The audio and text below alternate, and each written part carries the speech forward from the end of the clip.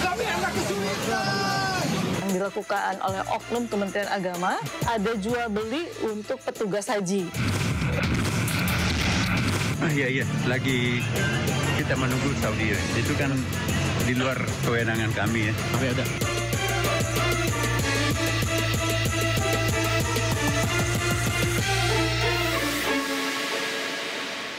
Pemirsa, sebanyak 217 jemaah calon haji Indonesia sempat tertinggal rombongan menuju Mekah. Ke-217 jemaah ini akhirnya diberangkatkan dari Hotel Transit Madinah menuju Mekah, Arab Saudi. Sebanyak 217 jemaah calon haji Indonesia sempat tertinggal rombongan menuju Mekah.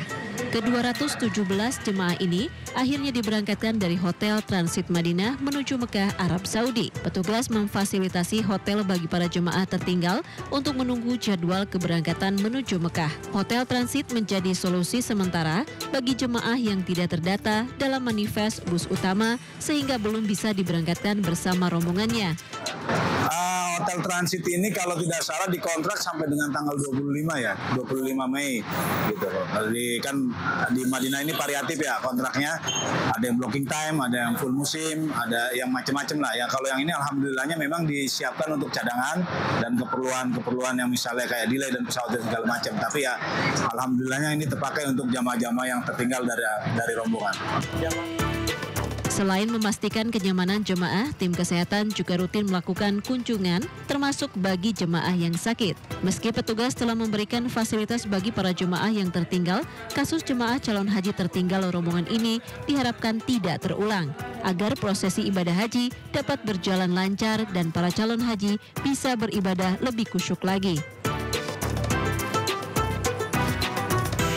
Sementara jadwal pemberangkatan jemaah calon haji dari Bandara Adi Sumarmo, Solo, Jawa Tengah yang menggunakan maskapai Garuda mengalami 2 kali penundaan.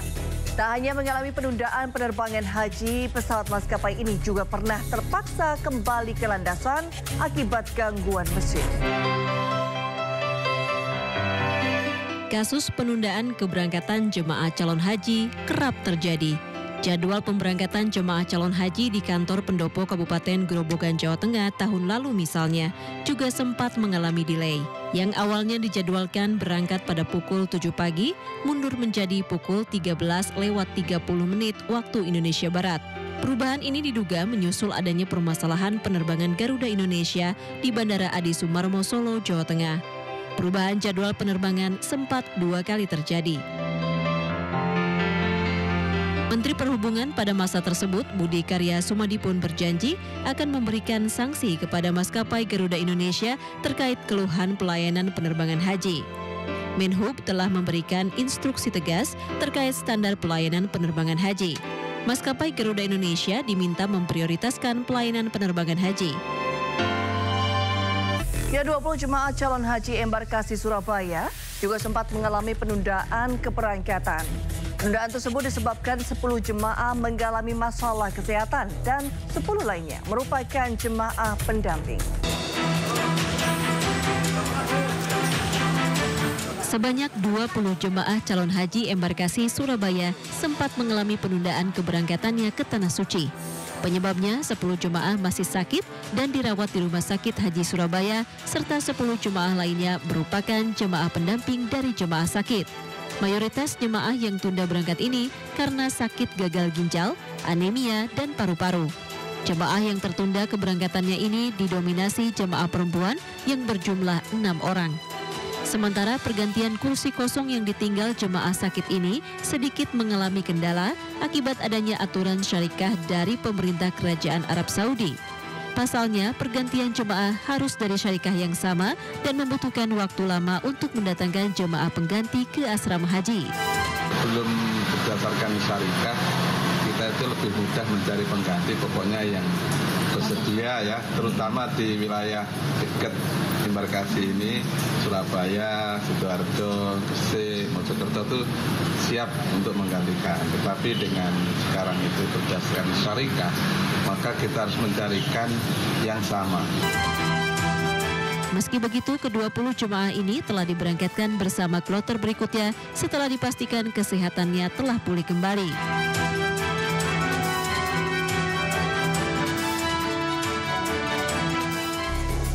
Ya, sejumlah calon jemaah haji lansia asal Kabupaten Bulukumba, Sulawesi Selatan juga sempat tersesat saat tengah beribadah di Tanah Suci. Beruntung ada sesama jemaah Indonesia yang segera melaporkannya kepada petugas haji. Sini mau kemana? Ayo saya anterin. Loh, mau kemana? Bukan, enggak, hotelnya di sana. Calon jemaah haji ini bernama Tama, berusia 87 tahun. Usai kembali dari Masjid Nabawi, Tama terlihat terus berjalan untuk mencari hotelnya. Calon jemaah asal Kabupaten Bulukumba, Sulawesi Selatan ini terlihat enggan ditolong karena diduga keterbatasan bahasa. Beruntung petugas dapat menemukan dirinya usai 3 jam pencarian meskipun dalam kondisi kelelahan. Tama pun segera dibawa kembali ke hotelnya. Ayo santerin, Pak. Nanti kan dimarahin orang Saudi nanti. Ayo. Ini kloter 11 UPG. Pak, tambah jauh, Pak. Nanti ditabrak mobil. Ayo. Jamaah dari mana, Bu? Dari Bulukumba ya? Awas jatuh. Hal yang sama dialami juga oleh 4 calon jemaah Bulukumba yang tergabung dalam kloter 14 embarkasi Makassar. Mereka ditemukan oleh petugas haji dari embarkasi lain dan langsung diarahkan kembali ke tempat mereka menginap. Meskipun lokasi hotel yang dekat dari masjid, namun banyaknya pintu keluar membuat para calon jemaah kerap tersesat. Nah, Ibu siapa namanya? Samsia. Ibu? Oke. Menurut konfirmasi yang disampaikan petugas kloternya, ketua kloter dengan pembimbing ibadahnya bahwa yang bersangkutan ini memang sejak awal tiba kloter 14 pada tanggal 10 Mei kemarin itu banyak yang langsung berbondong-bondong ke Masjidil Haram karena memang jaraknya dekat. Memang di sini butuh kewaspadaan jamaah dan petugas. Hari-hari pertama tiba di sebuah tempat, misalnya di Madinah atau di Mekah, itu biasanya banyak yang mengalami disorientasi. Jadi belum terlalu mengenal lapangan sehingga kemudian masuk masjidnya di pintu mana, keluar masjidnya di pintu mana. Tapi khusus untuk kejadian Bulukumba ini alhamdulillah yang bersangkutan sudah ditemukan, sudah dipertemukan kembali dengan jamaahnya, dengan petugasnya. Dan untuk memastikan kondisi kesehatannya, pihak petugas kloter juga sudah membawa yang bersangkutan, merekomendasikan bersangkutan untuk diperiksa di KKHI, baik secara psikologis oleh psikiater maupun secara fisik oleh tim medis.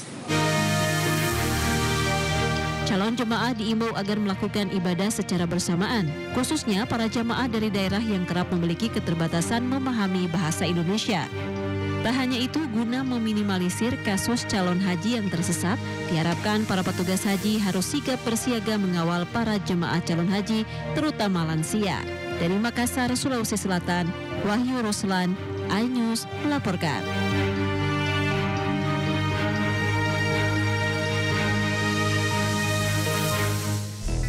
Sempat berpisah karena berbeda syarikat saat pergerakan dari Madinah menuju Mekah. Seorang jemaah haji, Fatimah Zahro, dengan tulus menemani ibunya penyandang disabilitas tunanetra untuk beribadah haji. Di tengah ribuan jemaah memadati Nabawi, ada kisah haru seorang perempuan penuh kesabaran dan cinta mendampingi ibunya penyandang disabilitas tunanetra mengikuti rangkaian ibadah haji dari Madinah menuju Mekah. Fatimah Zahro, jemaah calon haji asal Jember dari kloter Sub 31 Surabaya yang seharusnya diberangkatkan dari Madinah ke Mekah bersama suami dan ibunya Junaina. Namun berpisah lantaran terdaftar di 2 syarikah yang berbeda. Fatimah meminta bantuan petugas daerah kerja Madinah. Kepala Sektor 2 bergerak cepat bernegosiasi dengan pihak syarikah dan mencabut nama Fatimah dan ibunya dari manifest agar bisa diberangkatkan bersama secara khusus. Akhirnya membuahkan hasil. Bagi Fatimah, haji bukan hanya perjalanan spiritual, namun juga tentang cinta dan kasih sayang, serta pengorbanan. Bahagia banget Umi bisa sampai sini gitu. Meskipun dengan kekurangan seperti ini, saya sudah komitmen dari depan. Mata saya juga makanya Umi, kaki saya juga kaki Umi. Jadi nggak usah berpikir yang negatif. Bismillah. alhamdulillah setiap waktu bisa jamaah. Pulang dari Tanah Suci bukan sekedar gelar haji, namun bisa menjadi cahaya dalam gelap dan cinta menuju surga. Dari Madinah, Arab Saudi, Gigi Irfan melaporkan. Yang diduga mengalami demensia, jemaah calon haji embarkasi Surabaya menolak untuk berangkat. Jemaah ini bahkan terus meronta minta pulang ke rumah lantaran belum memberi makan sapi peliharaannya. Iya, sapinya ada ya. Ada Pak tentara, Pak aman Pak. Kakek Enjo Endin terus menolak saat dibujuk petugas untuk memasuki klinik asrama haji embarkasi Surabaya jelang keberangkatnya ke Tanah Suci beberapa waktu lalu. Kakek jemaah asal Jember ini meminta pulang ke rumah dengan alasan belum memberi makan sapi piaraannya. Sejumlah petugas mencoba menenangkan kakek Enjo dengan meyakinkan sapi milik kakek Enjo akan dirawat dengan baik hingga akhirnya kakek Enjo bersedia dibawa ke klinik asrama haji. Ada berapa sapinya? Tuh, sapinya Mbak. Andin sampean Andi berempat sapen. Andi kenapa sampai? Dua. Raja-raja, Pak. Belum dikasih makan, Mbak. Nanti dikasih makan Pak tentara nanti, Pak ya. Ya, dikasih makan. Jemaah calon haji berusia 70 tahun ini diduga mengalami demensia dan harus diobservasi oleh tim Balai Besar Kekarantinaan Kesehatan Asrama Haji Sukolilo, Surabaya. Ya, pemirsa, kasus haji ilegal terus menjadi perhatian Kementerian Agama. Pada tahun 2024, sedikitnya 24 WNI jemaah haji Furoda asal Banten bahkan nekat berangkat ke Tanah Suci tanpa visa resmi. Ya, meski telah dibebaskan, ke-24 WNI tersebut sempat ditangkap polisi Arab Saudi saat mikat di Masjid Bir Ali, Madinah. Kasus haji ilegal terus menjadi perhatian Kementerian Agama. Pada tahun 2024, sedikitnya 24 WNI jemaah haji Furoda asal Banten bahkan nekat berangkat ke Tanah Suci tanpa visa resmi. Meski telah dibebaskan, ke-24 WNI tersebut sempat ditangkap polisi Arab Saudi saat mikat di Masjid Bir Ali, Madinah. 24 WNI tersebut adalah jemaah haji Furoda asal Banten yang berangkat namun tanpa visa resmi, yakni menggunakan visa ziarah. Rombongan tersebut hendak menuju ke Mekah untuk mengikuti prosesi haji. Rombongan tiba di Arab Saudi melalui Bandara Riyadh untuk transit menuju Bandara Jeddah. Setelah di Jeddah, rombongan tidak masuk ke Mekah seperti jemaah reguler. Mereka menuju Madinah yang lazim dilakukan rombongan jemaah tanpa visa untuk menghindari pemeriksaan polisi setempat. Dalam pemeriksaan yang didampingi oleh tim perlindungan jamaah KJRI Jeddah, diketahui bahwa mereka ingin melaksanakan ibadah haji dengan menggunakan visa yang memang tidak semestinya digunakan untuk pelaksanaan ibadah haji. Semalam kami telah mendapatkan informasi bahwa 22 orang jamaah dinyatakan bebas, tidak bersalah karena mereka adalah korban, sementara 2 orang koordinatornya dinyatakan bersalah dan akan mendapatkan proses hukum lebih lanjut. Pemerintah Arab Saudi pun menetapkan sanksi tegas bagi para pelanggar, mulai dari hukuman penjara, deportasi, hingga denda mencapai 50.000 rial atau setara dengan 224 juta rupiah.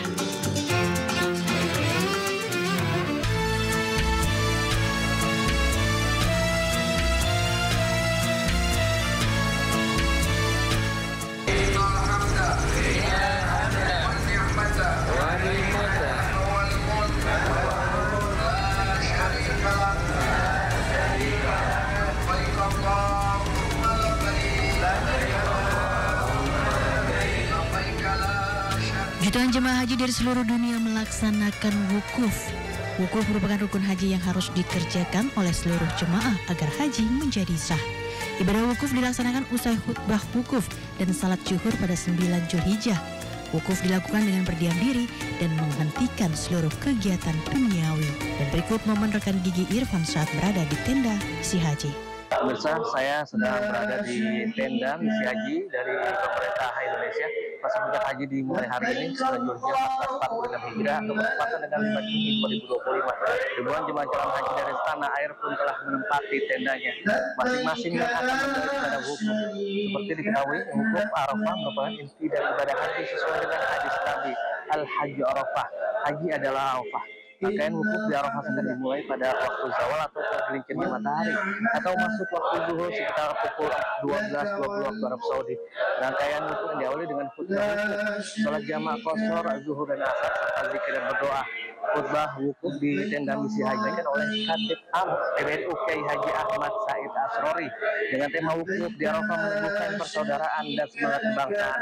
Sementara selaku imam sholat jamaah qashar, zuhur dan asar adalah Tuan Guru Dr. Lalu Ahmad Zainuri LCMA. Wukuf di tenda misi haji Indonesia diikuti oleh Menteri Agama Nasaruddin Umar, Kepala Badan Penyelenggara Haji Muhammad Irfan Yusuf, Wakil Menteri Agama Muhammad Syafi'i, Wakil Ketua DP Haji Daniel Ansar Simanjuntak, Wakil Ketua DPR RI Cucun Ahmad Samuel, Sekjen Kemenak Kamaludin Amin, Dirjen PHU Hilman Latif, dan Duta Besar RI untuk Kerajaan Arab Saudi Abdul Aziz Ahmad. Menak memberikan sambutan sebelum dimulainya prosesi wukuf. Sambutan juga disampaikan oleh Wakil Ketua DPR Cucun Ahmad Samsul Rizal dari Arafah, Arab Saudi. Gigi Irfan Anyus melaporkan. Setelah mengikuti proses wukuf, jemaah haji non-murur kemudian menuju ke Musdalifah. Sedangkan jemaah yang mengikuti program murur mabit hanya melintasi Musdalifah dan langsung menuju Mina. Jemaah yang mabit di Musdalifah diberangkatkan secara bertahap ke Mina setelah pertengahan malam. Saat wukuf di Arafah, jemaah memanfaatkan momen terbaiknya untuk berdoa dan berzikir.